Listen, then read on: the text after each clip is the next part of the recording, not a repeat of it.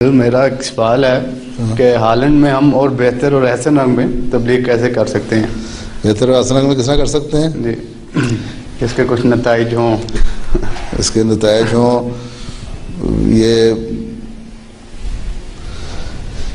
تبلیغی نشستیں اتنی ہوئیں، پہلے رابطے اتنے ہوئے، اب انہوں نے تصویریں دکھائی ہیں. خلافت رابعہ کے زمانے میں، خلافت ثالثہ میں رابطے تھے، لوگ ملتے تھے، آتے تھے. یہاں میں تو کئی دفعہ آیا ہوں، مجھے ان لوگوں نے کبھی ایک خاص طبقے میں ملانے کی کوشش نہیں کی. اس کا مطلب جماعت سست ہو رہی ہے، جماعت کو تیز ہونا چاہیے، ہر ایک کو انوالو ہونا چاہیے.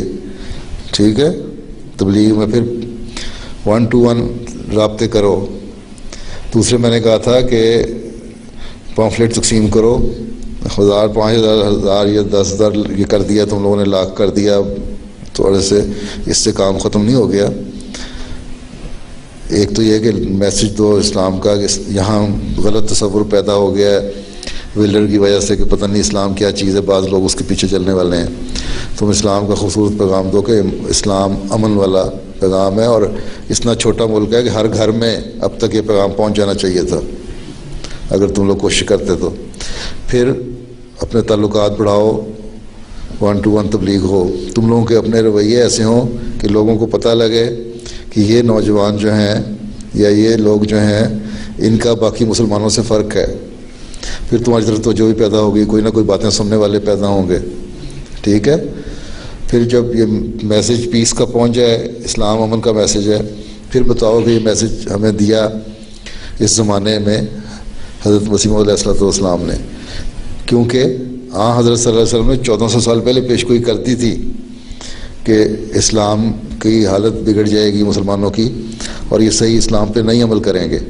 تو یہ صحیح اسلام جو قرآن کریم پیش کرتا ہے، یہ اس زمانے میں ہمیں حضرت مسیح علیہ السلام نے سکھایا. تو پھر ایک چھوٹا سا بروشر بنا کے وہ تقسیم کرو. پھر اسی طرح جو لوگ خدا سے ہٹے ہوئے ہیں ان کو پہلے یہ بتاؤ کہ خدا تعالیٰ ہے پیدا کرنے والا اس زمین و آسمان کا اور ہمارا. جب خدا کی ایگزسٹنس پہ ان کو یقین آ جائے گا، پھر وہ مذہب کی طرف بھی آئیں گے.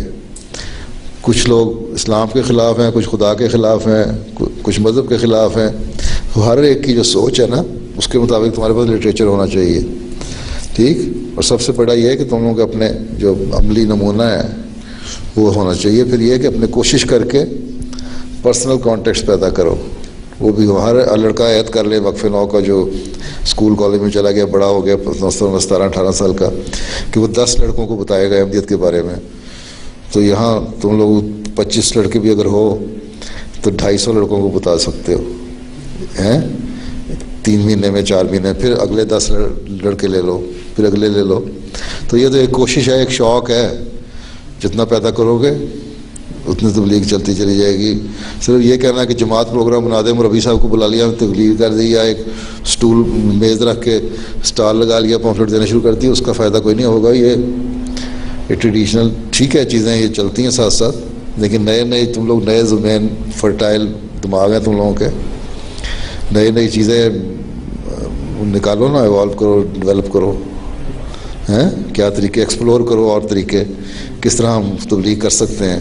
ابھی تم لوگوں کا کام ہے. ٹھیک ہے، یہاں کی لوگوں کی سائیکی تم جانتے ہو، تمہیں پتہ ہے کس قسم کے لوگ ہیں، ان کی مینٹیلٹی کیسی ہے، ان کو کس طریقے سے ان کی بات کرنی ہے. ان کے بارے میں نے پہلے یہ بھی دفعہ بھی کہا تھا کہ کچھ پاکٹس لے لو وہاں کے لوگوں کا، رینڈم سیمپلنگ کرو، جس میں ریسرچ میں کرتے ہیں یونیورسٹی میں لوگ پڑھتے ہیں، ریسرچ سکھاتے ہیں کہ ان لوگوں کی مینٹیلٹی ایسی. دیکھو نا، ایک بسکٹ بیچنا ہوتا ہے نا کسی کمپنی نے بنا کے، تو اس کے لیے پہلے وہ ایک سروے کرتے ہیں علاقے کا، پھر اس کے مطابق مینٹیلٹی کے مطابق اشتہار بناتے ہیں.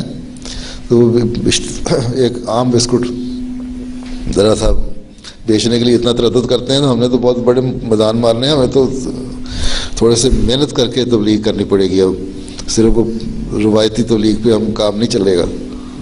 ٹھیک، تو یہ اب تم لوگوں کا کام ہے نئے راستے ایکسپلور کس طرح کرنے ہیں. بلکہ بڑوں کو مشورہ دو، مجھے بھی بتاؤ.